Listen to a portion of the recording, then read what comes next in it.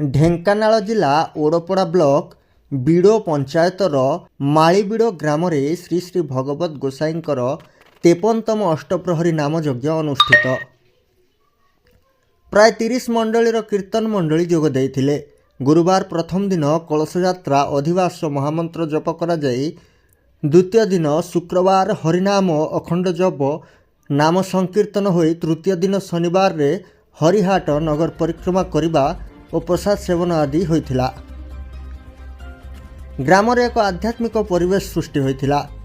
ମୁଖ୍ୟ ପୂଜକ ସୁବ୍ରତ ତ୍ରିପାଠୀ, କର୍ତ୍ତା ପ୍ରଶାନ୍ତ ଦାସ, ଗ୍ରାମର ସଭାପତି ଯୁଧିଷ୍ଠିର ସାହୁ, ସମ୍ପାଦକ ରବି ନାରାୟଣ ବେହେରା, ସହଯୋଗୀ ଜିତେନ୍ଦ୍ର ଦାସ, ତପନ ଦାସ, କବିରାଜ ସାହୁ, ରୋହିତ ବେହେରା, ରୋହିତ ଦାସ, ବାଙ୍କନିଧି ସାହୁ, ଧନେଶ୍ୱର ବେହେରା, ସମୀର ଦାସ, ଲକ୍ଷ୍ମୀ ପ୍ରଧାନ, ହେମନ୍ତ ମହାରଣା, ବିକାଶ ସାହୁ, ନୀଳମଣି ଦାସ, ବଟକୃଷ୍ଣ ଦାସ, ଜୟ ଶ୍ରୀରାମ ପୂଜା କମିଟିର ସଦସ୍ୟମାନେ ଏବଂ ଗ୍ରାମବାସୀ ଏହି କାର୍ଯ୍ୟକ୍ରମରେ ସହଯୋଗ କରିଥିଲେ।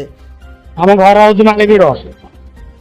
ଏଠାରେ ଅଷ୍ଟପ୍ରହରୀ ନାମଯଜ୍ଞ ଆଜକୁ 53 ବର୍ଷ ହେଲା ହେଉଛି। ହବାର ଉଦ୍ଦେଶ୍ୟ ଏକରେ ତ ଠାକୁର ଭକ୍ତି, ତାପରେ ଗୋଟେ ଭାଇଚାରା ବୋଲି ଗୋଟେ ଜିନିଷ ଅଛି, ଏକତା ଏଇ ଗାଁଟା ବାନ୍ଧି ରଖେ।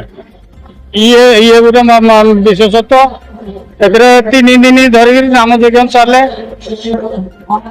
ବହୁ କୀର୍ତ୍ତନ ମଣ୍ଡଳୀ, ଗୋଟେ 30 ମଣ୍ଡଳୀ କୀର୍ତ୍ତନ ବି ଆସି ଏଠି ଯୋଗାଯୋଗ କରନ୍ତି। ଖୁସିବାସିରେ ମାନେ ଗ୍ରାମବାସୀ ଦିନ କାଟ। ପ୍ରଶାନ୍ତ ଦାସ ଘର ମାଳିବିଡ଼। ଆମର ଅଷ୍ଟପ୍ରହରୀ ଆଜି 53 ବର୍ଷ ହେଇଗଲାଣି। ଆମେ ଯେହେତୁ ଜନ୍ମ ହେଇନଥିଲା, এখন ଯାହା ଚାଲିଛି ଆମ ଗାଁର ବହୁତ ଶାନ୍ତି ଶୃଙ୍ଖଳା ଚାଲିଛି। ଆମ ଗାଁ ବହୁତ ଏକତା ଅଛି, ସେଇଥିପାଇଁ ଅଷ୍ଟପ୍ରହରୀ ଗାଁ ବଞ୍ଚେଇଛି। ଆମ ଯଜ୍ଞ ଚାଲିଅଛି, ଆମ ଗାଁରେ ଖୁସିରେ ଅଛୁ। ମାଳିବିଡ଼ ଆମର ଏଠି ବର୍ତ୍ତମାନ 53ତମ ନାମଯଜ୍ଞ ଅଷ୍ଟପ୍ରହରୀ ଚାଲିଅଛି। ଆମର ଅଷ୍ଟପ୍ରହରୀ ପାଳନ କରାଯାଏ। ଇନ୍ଦ୍ର ଦାସ ମାଳିବିଡ଼ ଗ୍ରାମର ବାସିନ୍ଦା ଏବଂ ବିଡ଼ ଗ୍ରାମ ପଞ୍ଚାୟତର ଯୁବକ ସମାଜସେବୀ। ମାଳିବିଡ଼ ଗ୍ରାମରେ ଆଜକୁ 53 ବର୍ଷ ହବ ଏ ଅଷ୍ଟପ୍ରହରୀ ନାମଯଜ୍ଞ ଚାଲୁଅଛି।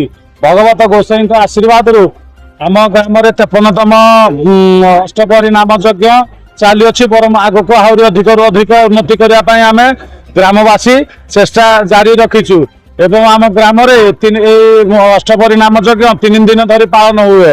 ଗୁରୁବାର କଳସ ଯାତ୍ରା ହେଇଥିଲା ଏବଂ ଆଜି ଅଷ୍ଟପ୍ରହରୀ ନାମଯଜ୍ଞ। କାଲି ସକାଳେ ନଗର ଭ୍ରମଣ ଶନିବାର ଦିନ କରି ଆମେ ଦଧି ଭାଣ୍ଡନ ଭଞ୍ଜନ କରି ଆମେ କାର୍ଯ୍ୟ ସମାପନ କରିବୁ ଏବଂ ଗ୍ରାମବାସୀ ଆମେ ସମସ୍ତେ ଖୁସି ଅଛୁ। ଆନନ୍ଦ ଉଲ୍ଲାସର ସହିତ ଏ ଅଷ୍ଟପ୍ରହରୀ ନାମଯଜ୍ଞ ଆମେ ପାଳନ କରୁଅଛୁ ଏବଂ ଗ୍ରାମରେ 3 ଦିନ ଧରି ହରିହାଟ ସହ ନାମଯଜ୍ଞ ଚାଲୁ ରହିବ ଏବଂ ଗ୍ରାମରେ ମଦ ମାଂସ ଆଉ ନିଷେଧ ଏବଂ ଗୋଟେ ଉତ୍ସାହର ସହିତ ଆମେ ଗ୍ରାମବାସୀ ମହୋତ୍ସବକୁ ଅଷ୍ଟପ୍ରହରୀ ନାମଯଜ୍ଞ ମହୋତ୍ସବକୁ ଆମେ ପାଳନ କରୁଛୁ।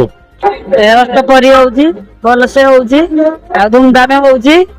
ଆଉ କୀର୍ତ୍ତନ ବି ଜୟ ମାତା ସିଦ୍ଧକାଳୀ ସବୁ କୀର୍ତ୍ତନ ମଣ୍ଡଳୀ ଆମେ କୀର୍ତ୍ତନ କରୁଛୁ। ଆଉ ଏତିକି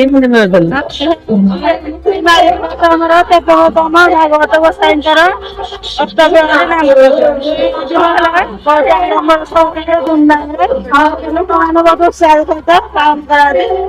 ବିଭିନ୍ନ ଗ୍ରାମ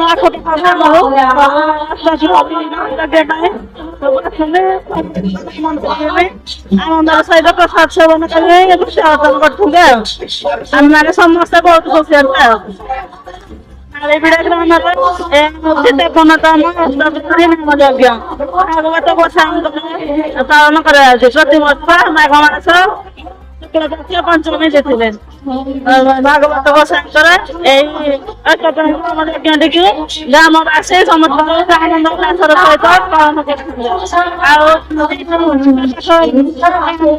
ସବୁ ଲୋକମାନେ ଭଗବତ ଗୋସାଇଙ୍କର ଆସୁଛନ୍ତି, ବହୁତ ଆନନ୍ଦ ଉଲ୍ଲାସର ସହିତ ପାଳନ କରାଯାଉଛି।